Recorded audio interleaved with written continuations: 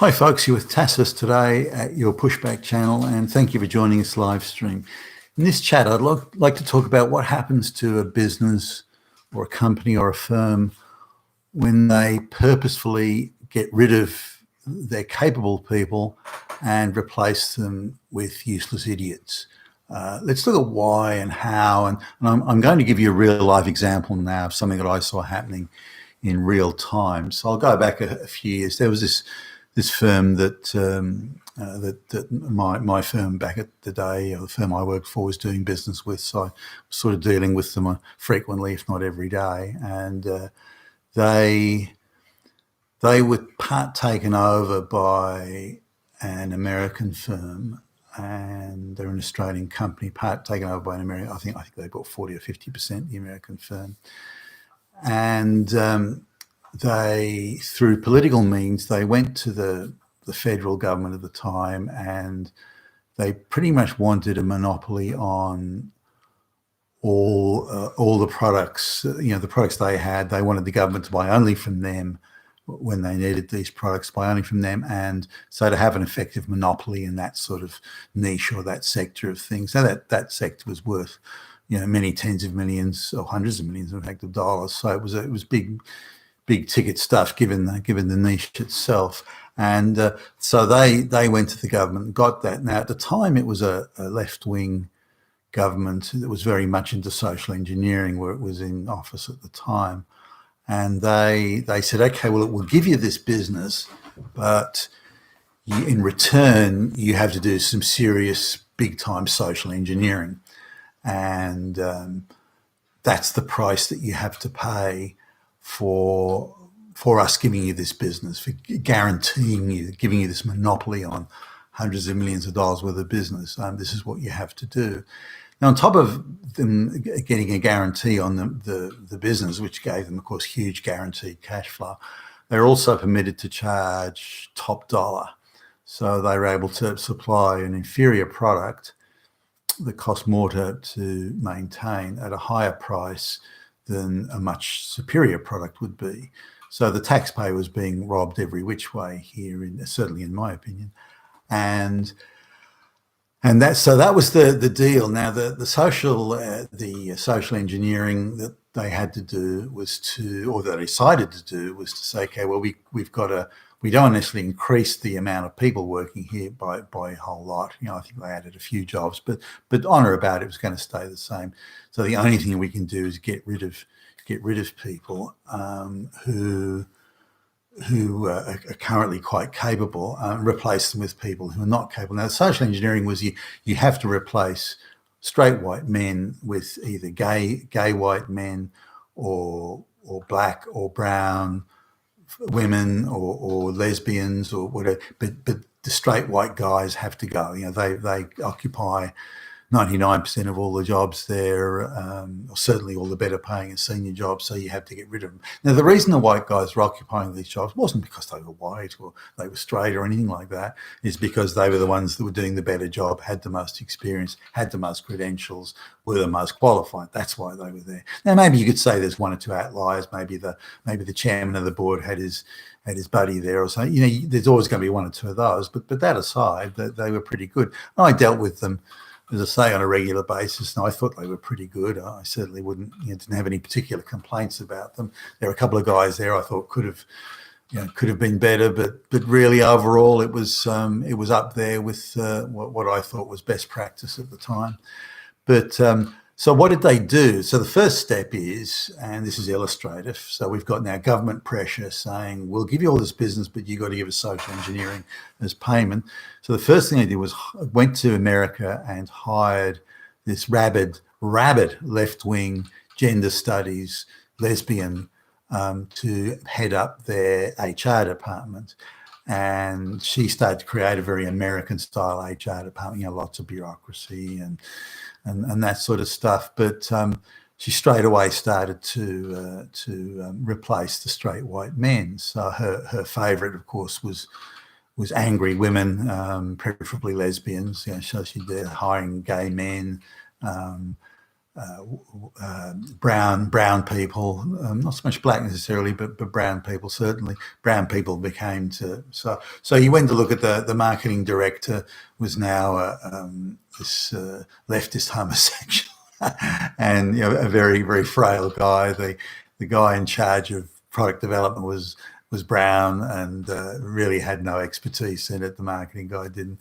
Then the salespeople, who were all men, were replaced. I don't think there was a single man left in the sales team. Not that they needed a sales team anymore, because the government was guaranteeing them all this revenue. So a lot of very angry sort of left-wing gender studies women, many of them lesbians, sort of used to run around pretending to be important and powerful and all that sort of stuff. In reality, had nothing to do. They just made up silly reports all day and sent them in, but they had no accountability. They didn't have to produce results. They didn't have to create anything or build anything. So and the whole thing went downhill. And whenever you've got this sort of thing where the capable people are taken out, the people remaining, they've got to occupy their time with something. What do? They have meetings all day. So they invent all these causes for meetings, and there's all these committees that get in, committee for equality and committee for this. And it was a mind-boggling array of bureaucratic committees. And this happened in a short space of time. I'd say the whole place was transformed from being 99% straight white male to being 30% straight white male, if that. And they were doing all sorts of things like getting brown homosexual receptionists, men as receptionists, and everything was trying to. Well, let's do the opposite. How has it been done? Let's just do the opposite. Wow, aren't we so progressive? And it was pretty pathetic. Now I got invited over to a number of meetings and so on, and they you're sitting again in a room where no one's qualified, nobody should be there. It's very sad, but they're all angry and they're always very ready to take offence at anything, and that insecurity sort of manifests itself as a pugnacious attitude. And you could be sitting in a room, maybe you don't nod vigorously enough at something, and then it could be, you have a problem with homosexuals, do you? I said, what? That's all because you didn't jump up and scream the slogans loud enough. But once they had this in place, they were able to get heavyweight federal government ministers and so on to come out and make speeches and cut ribbons, and they were constantly in the media as being touted as being a very progressive outfit, and they loved to show off their brown and black credentials. And I was there when one federal government minister was getting a photo shoot, and it was the executive management team that still was all white male, by the way, and they were there, and then the ministers, the government minister's minder whispered something in his ear, and he said, "Oh, we have to have a black woman." Anyway, there wasn't any black woman sort of anywhere nearby at the time, so it was this fast thing where there was this little sandwich shop in like a van or a truck that was getting set up there, and the woman that worked in the sandwich shop was brown, so they kindly asked her to come to the photo just so they could have a non-white, non-male person in the photo. That's the level of silliness and deception that goes on. It's all optics and just symbols and things like that. There's nothing actually real about it. It's all absurd. Now they lost a few years later. They lost these government contracts, and the business went down like a sack of shit. Seriously, without being propped up by rivers of taxpayers' money, they just instantly floundered and hit the ground, and they ended up getting bought out by some offshore. I think it was a Chinese consortium, which looked like just a money laundering exercise. I don't think they thought they were buying a viable business even. They tried to rebuild it, the brand, by hiring competent people, some of whom I knew. They even tapped me on the shoulder at one stage, but they just couldn't get it back, and they've lost the ability to focus and to be an effective business organisation. As soon as they start having any success, then it seems that somebody appears and says, "You've got to have more black lesbians." So they try and do this symbolic symbolism and progressive stuff, again, that destroys them. Because when you're out competing in the marketplace, well, you have to be the best product, best service, best price, best support, something like you. When you've got that, you have to be the best. You can't afford to have, and you can't succeed if you have substandard staff. You just can't do it. Not a competitive sector, and this is, of course, what they had. They're also in a double bind because they couldn't hire the classic black lesbian and pay shit money, pay parking lot attendant wages. They had this thing where they had to pay them the rate that a very qualified person would get if they're in that role. So you've got someone who's completely unqualified, shouldn't be within a million miles of that job, who's actually being paid the same rate as someone who's top notch would be paid, which of course is a double, triple whammy on any business. So that's just a little insight into what happens when a company decides to go down this woke, so-called progressive path, that they regress and they go into financial oblivion.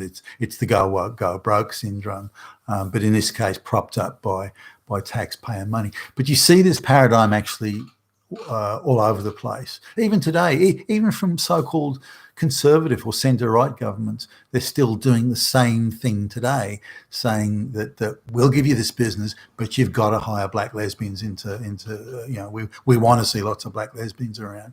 And instead of demanding efficiency and value for the taxpayer and all these sorts of things, merit and all that stuff's now white supremacy. So that this taxpayer dollars are being thrown at businesses that aren't very good in the first place, or may once have been good, solely to progress or to push this bullshit higher black lesbian agenda, which doesn't succeed at all. It fails by every measure, but it's how things are at the moment. You've been with Tacitus today at your Pushback channel, and thank you for listening.